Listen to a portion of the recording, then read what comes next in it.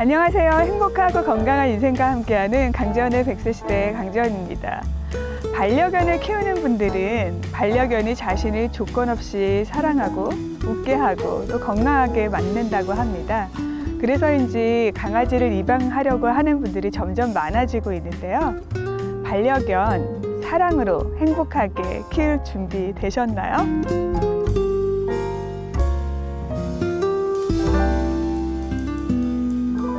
미앤마이독 전현정 대표와 함께합니다. 안녕하세요. 안녕하세요.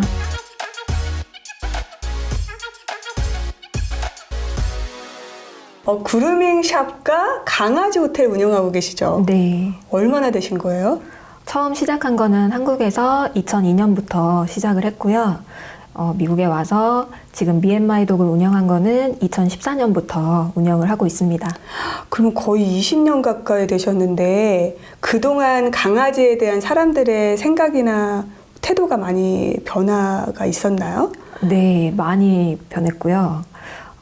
지금은 내 가족 같은 느낌, 내 자식 같은 느낌으로 키우시는 것 같아요. 어떤 좋은 점이 있길래 이렇게 열심히 키우시나 궁금하기도 하고요. 네. 강아지를 키우면은 좋은 점이 여러 가지가 있는데요. 네. 그 중에서 이제 아이를 키우는 집 같은 경우에는 예전에는 임신을 하면은 부모님들이 강아지 키우지 말라고 반대를 많이 하셨어요. 그렇죠. 못 키우게 했었죠. 네. 개털 날리고 지저분하다고, 그러면 아기 건강에도 안 좋으니까 강아지 키우지 말라고 반대를 많이 하셨는데요. 최근에 연구 결과를 보면은 1살 이전에 강아지나 고양이와 같이 자란 아이들 같은 경우에는 알러지로 인한 질병인 비염이나 천식, 결막염과 같은 질병의 발병률도 낮다고 나왔고요. 그리고 한 마리를 키우는 것보다 2마리 이상 키웠을 때 더 효과가 좋다고 나왔습니다. 그럼 오히려 강아지를 키우면 더 건강에 좋은 거네요? 네. 그리고 네. 꽃가루 같은 알러지 물질에 대한 면역력도 더 키워지기 때문에 아이 건강에도 좋다는 연구 결과가 나왔어요. 그러면은 연세 드신 분들은 어떤가요? 연세 드신 분들 같은 경우에도 이제 강아지를 키우면 아무래도 산책을 많이 나가게 되니까요. 네. 예, 산책을 하면서 같이 운동도 되고, 그리고 강아지를 키우면서 이제 정서적으로 유대감을 형성을 할 수가 있기 때문에 그런 유대감을 형성하면서 스트레스도 많이 감소가 되고요. 그래서 심혈관계 질환인 심장병이나 심근경색, 그리고 뇌졸중과 같은 질병의 발병률도 낮출 수가 있다고 해요. 그럼 거의 예방의학 닥터네요. 네, 건강에 많은 도움이 되고 있습니다. 네, 제 친구가 얼마 전에 그 강아지 입양했어요. 네. 근데 이렇게 소파에 이렇게 누워있으면은 자꾸 와가지고 나가자고.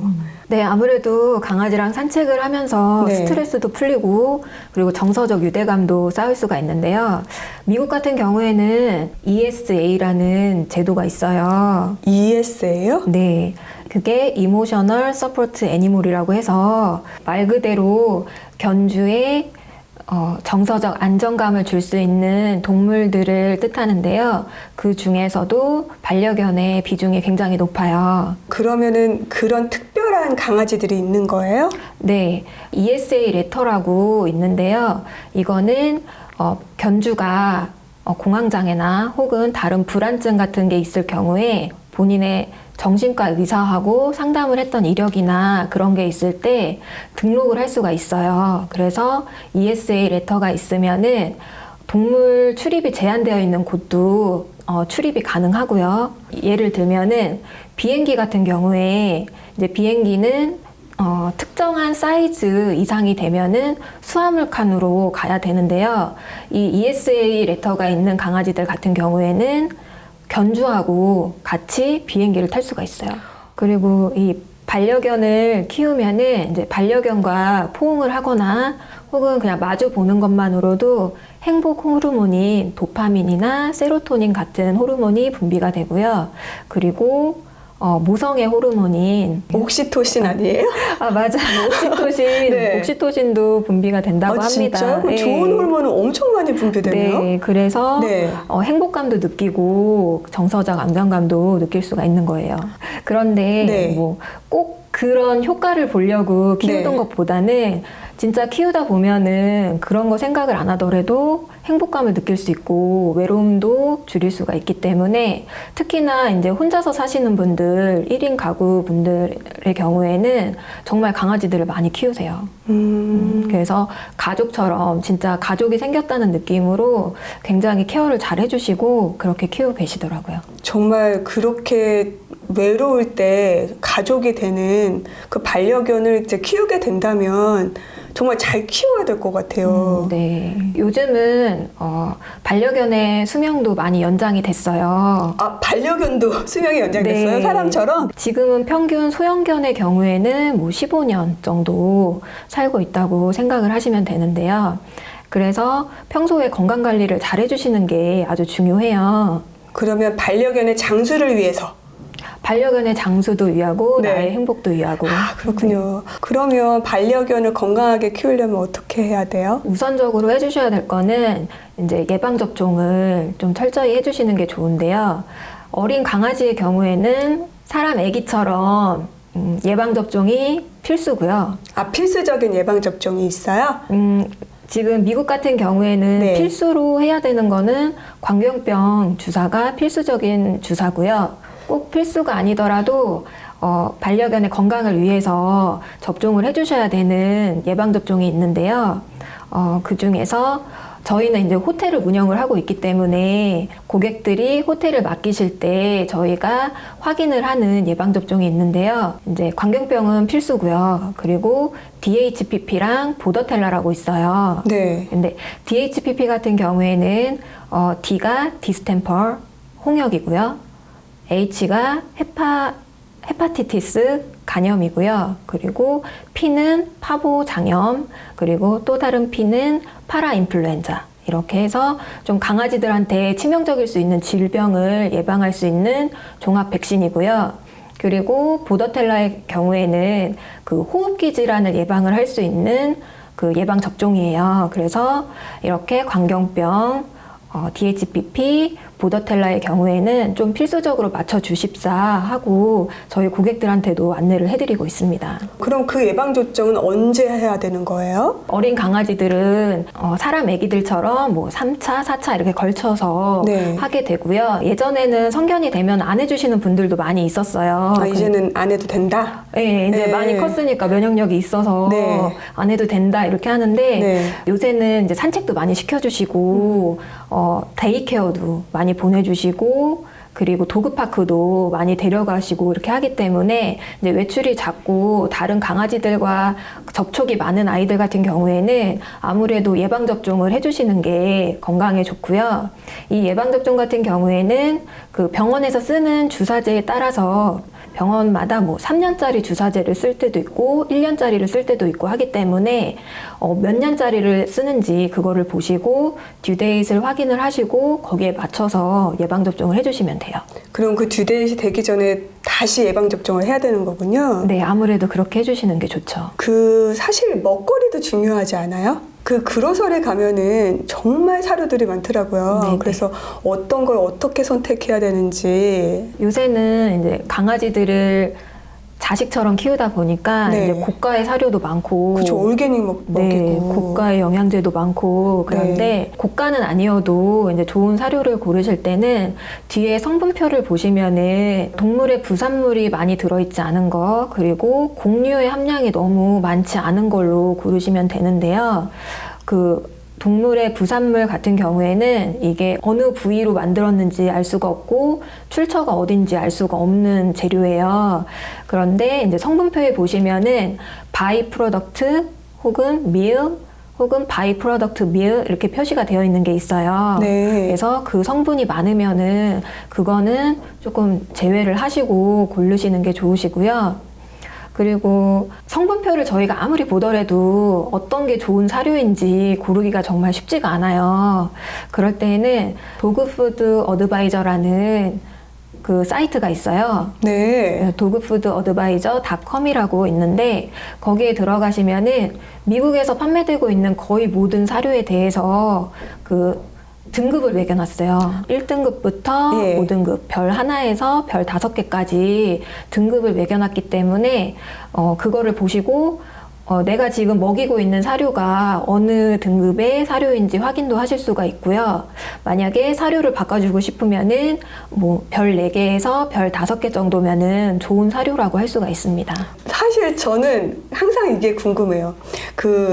저희 외할아버지도 강아지를 여러 마리를 키우셨었는데 그 외할아버지 댁에 놀러 가면은 항상 이렇게 식사 하시고 네. 남은 거 막 주고 그러셨었거든요. 네. 근데 그렇게 하면은 안 되는 건지 아니면 우리가 강아지를 너무 귀하게 키우는 건지. 예전에는 이제 사람이 먹다가 남긴 음식을 많이 줬었는데요. 네. 그렇기 때문에 이제 반려견의 수명이 지금보다는 짧았던 거예요. 아무래도 양념이 돼 있는 거기 때문에 염분도 많이 들어있고 그래서 반려견의 신장에도 무리가 가고 건강에도 좀 안 좋은 거죠. 그리고 제가 이제 친구 집에 놀러 갔다가 초콜릿 주면 안 된다는 얘기 들었었어요. 초콜릿 같은 경우에는 초콜릿 안에 카페인도 들어있고 그리고 테오브로민 그리고 메틸잔틴 이런 성분이 들어있다고 해요.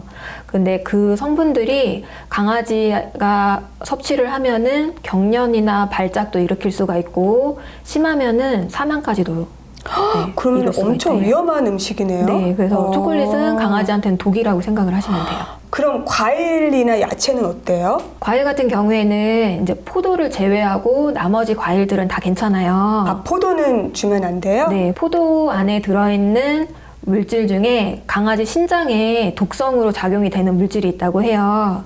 나중에 포도를 많이 먹었을 경우에 심부전증과 같은 증상이 나타날 수가 있어서 포도는 가급적이면 안 주시는 게 좋고요. 다른 과일의 경우에는 씨 부분을 제외한 과육들을 잘라서 주시면 되는데요. 과일에는 당분이 많이 들어있기 때문에 또 너무 많이 주면은 또 뭐 비만이나 뭐 그런 쪽으로 갈 수가 있기 때문에 그냥 적당량 섭취를 할 수 있게 해주시면 되고요. 그리고 야채 같은 경우에는 양파, 파, 마늘은 제외하고 주시는 게 좋아요. 아, 그럼 향신성이 있는 음식은 또 주면 안 되나 봐요? 양파나 파, 마늘에는 이제 예. 강아지가 먹었을 때 강아지 적혈구를 파괴하는 그런 성분이 들어있기 때문에 그거를 섭취를 한 아이들이 나중에 용혈성 빈혈이라는 좀 치명적인 질병에 걸릴 수가 있어서 그거는 제외를 하고 급여를 해주시면 되고요.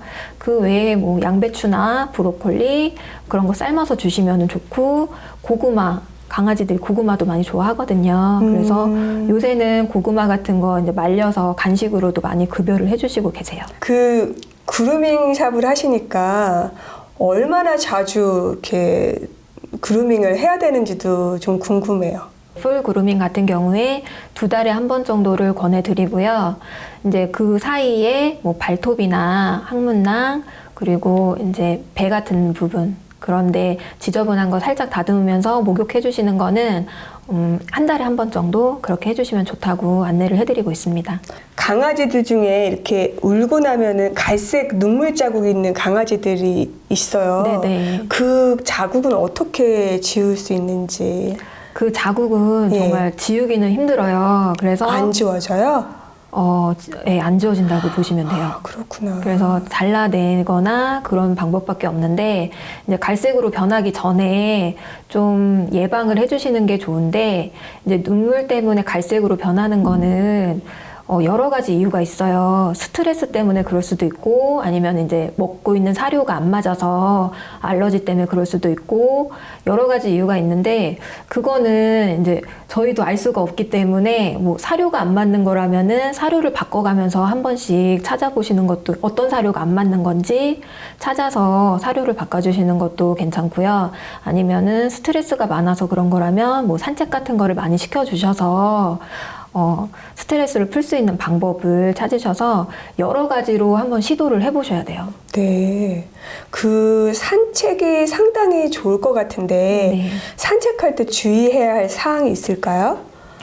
산책을 할 때는 꼭 리쉬는 착용을 해주셔야 되고요. 네.